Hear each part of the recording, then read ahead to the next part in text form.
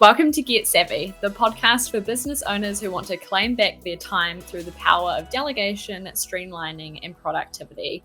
I'm Teesha, here with my co-host again, Jo Jensen.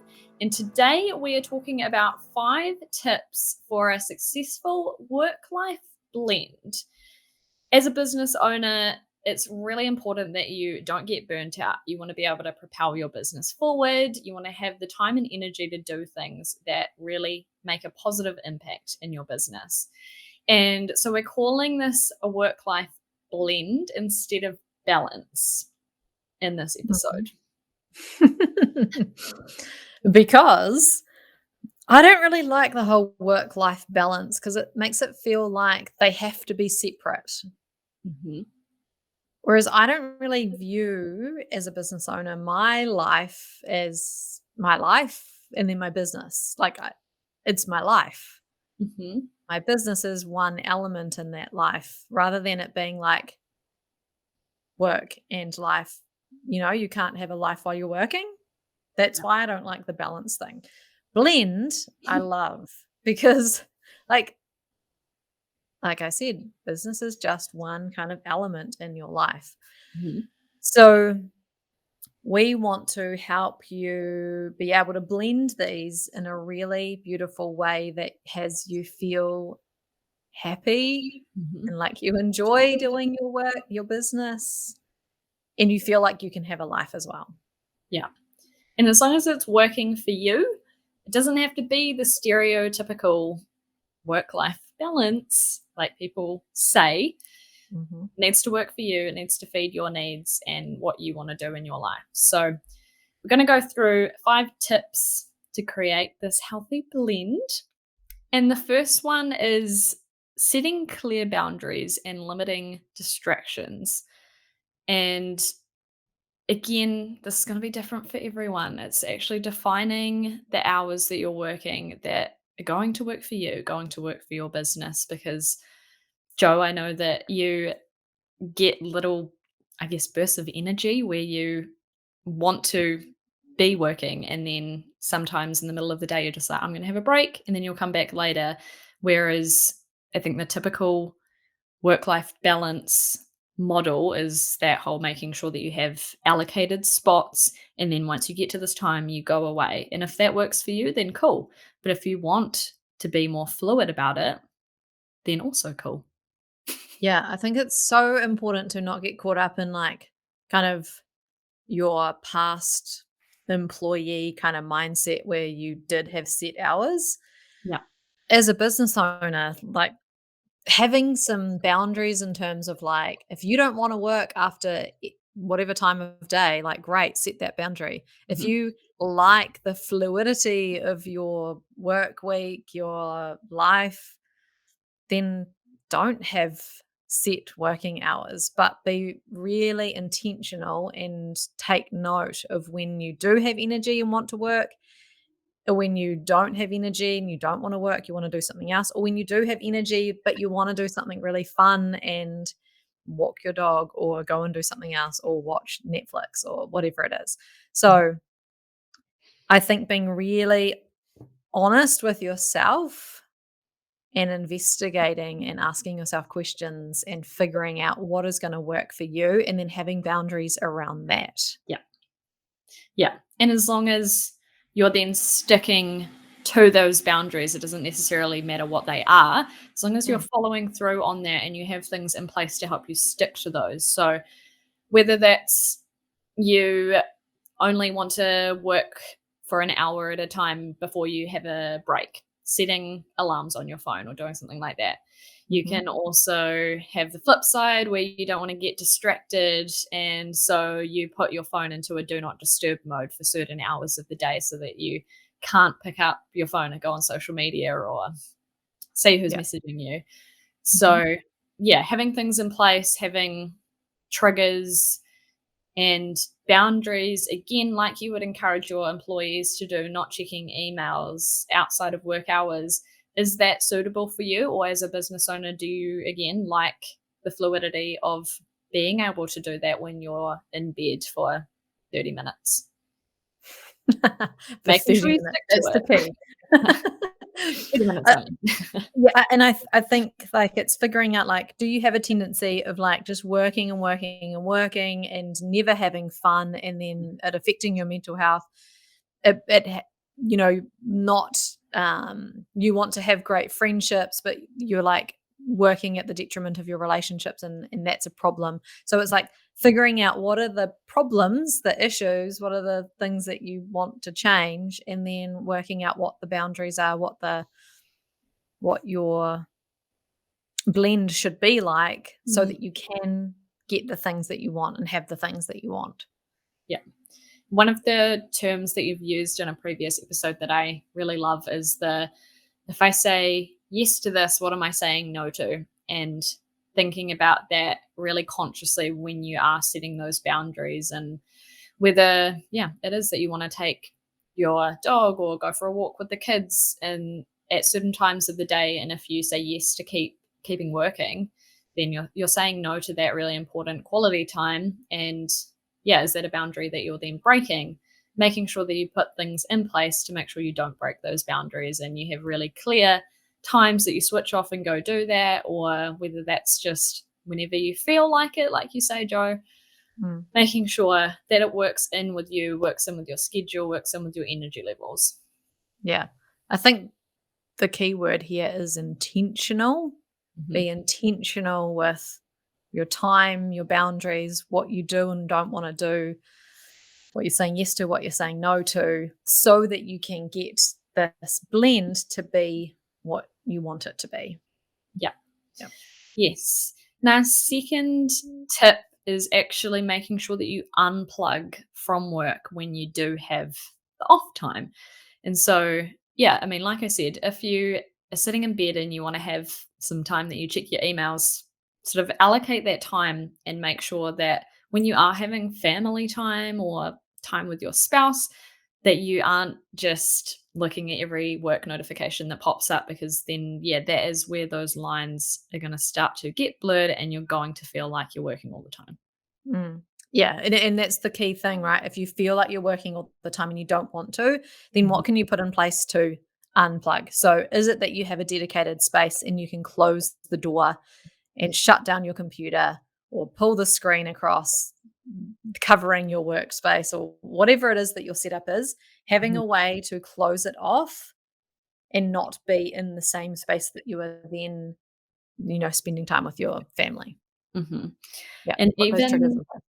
even talking to your spouse about work, because as a business owner, you probably need a bit of an outlet. You know, you might have a business coach that you can do that with. It may just be that you want to tell your partner about your day, but not making it go on for the entire evening and sort of making sure you have those specific conversations about work, but that your whole evening doesn't focus around it as Mm, well. And yeah, making sure that works in with you, making sure that works in with your lifestyle. yeah. Right, number 3 is to take breaks. As a business owner, we no longer have our boss monitoring what we're doing, and we are accountable to often nobody. Mhm. That can be not so great because if we are, especially the driven kind of people, the ambitious people who like just want to keep working and think that sitting at your desk for 8 hours is going to be super productive.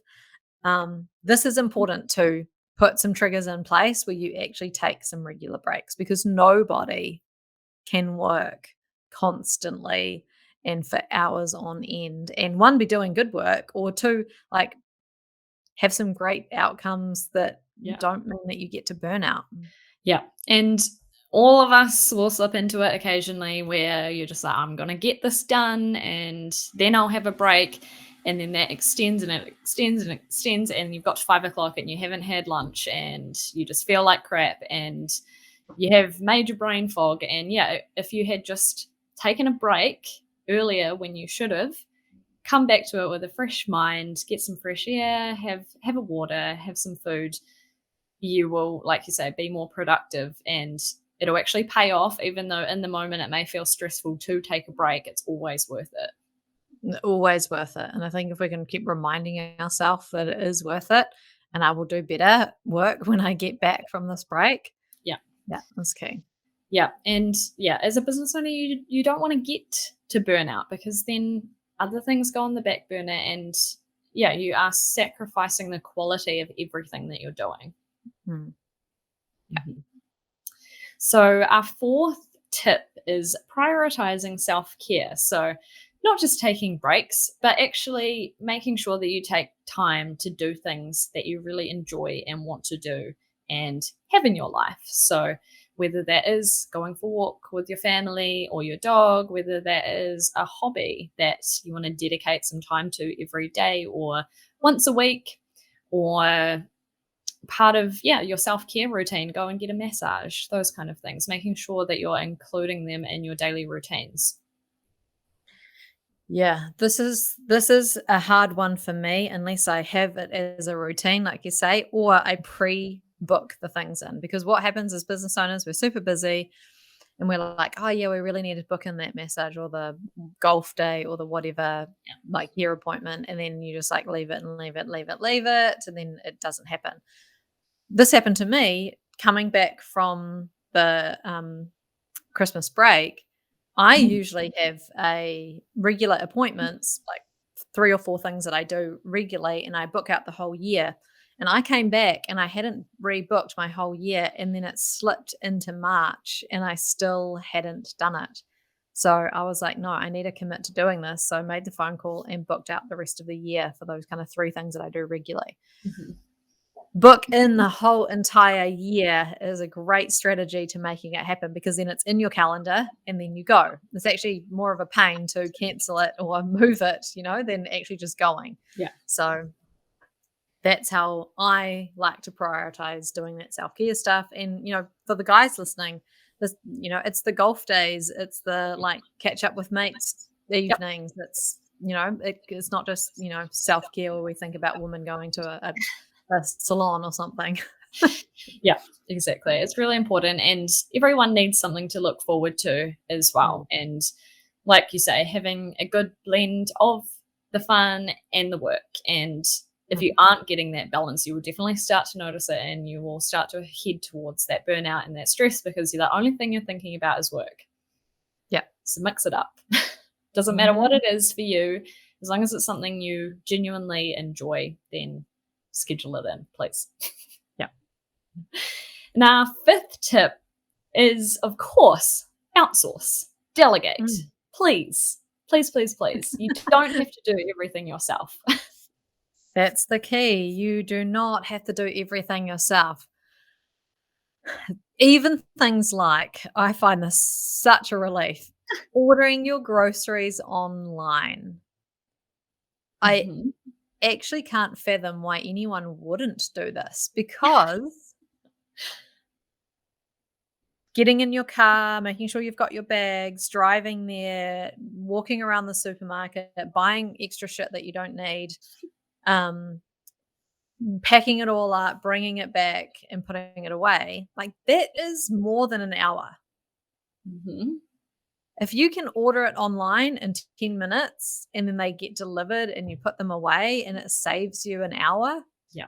what could you be doing with that hour that is one going to cost more than the delivery fee, like pay you more than the delivery fee? So if you do like an extra hour of billable work or you implement something that you've been putting off in that hour, going to get a much better return. So if we're thinking about return on investment, because that is often a reason why people don't outsource is because they see it as a cost. Like you can get a return on these what you deem costs. Yeah. And just like we've talked about before, with delegating those admin tasks, the lower level tasks or specialty tasks, same applies for home life and home chores, even, and Hmm. having a cleaner come in and clean your house because that, again, may not be a good use of your time. Hmm. 2 What is, hours. yeah, But what could you do with that? Mm. exactly. What is the cost benefit loss? Mhm. What are you losing out on when you spend that time cleaning your house? Cleaning Yeah, your house and hating it. I hate cleaning, and I would spend 2 hours hating my life if I had to clean. It's Yeah. being conscious to all of those things that you're doing throughout your day, whether it is work related, you might need to hire a virtual assistant, or whether it's, yeah, through your daily life. What are you hating doing? Can you actually pay someone to help you with that? Mm. Can you have your kids do some chores for some pocket money even? Yeah, or just not even for pocket money, like some chores that they can do because they are part of the family and they need to contribute. Yes. Yes. Like, Make a great maybe point. incentivize with some, like, extra job for pocket money, but, like, I think too many parents are doing everything for their kids and everything for the household, and Mhm. underestimating how capable our kids are when you ask them to do something or have when they have some responsibilities. Like, they're way more capable than we give credit for. Mhm. So my kids, they do things like the dishwasher is a given, the rubbish is a given. They do things like they will collect up all of the towels from the house, or the hand towels, etc., put them in the washing machine, put the liquid in and turn the washing machine on. Then they put them in the dryer, then they fold them up and they put them away. Yeah. Like, they're really, really capable. Sometimes they do their own washing. Mm. We get them to wash cars, vacuum out the car. That takes a few go arounds and checks to make sure they're doing it right. Mhm. Change the sheets on their own bed. Like, they are really capable. My kids are 10 and 11, or almost 10 and 11. They're Nice. very capable. So, Amazing. what can you get your kids to start doing? Yep. Because you do not need to do everything. Yep. Amazing. Awesome. All right. Well, we hope that gave you a bit more insight into getting that work life blend and helping you be more present in your personal life as well. Mhm. And that is it for episode 12 of the Get Savvy podcast. Please don't forget to review, rate, and subscribe so you don't miss an episode.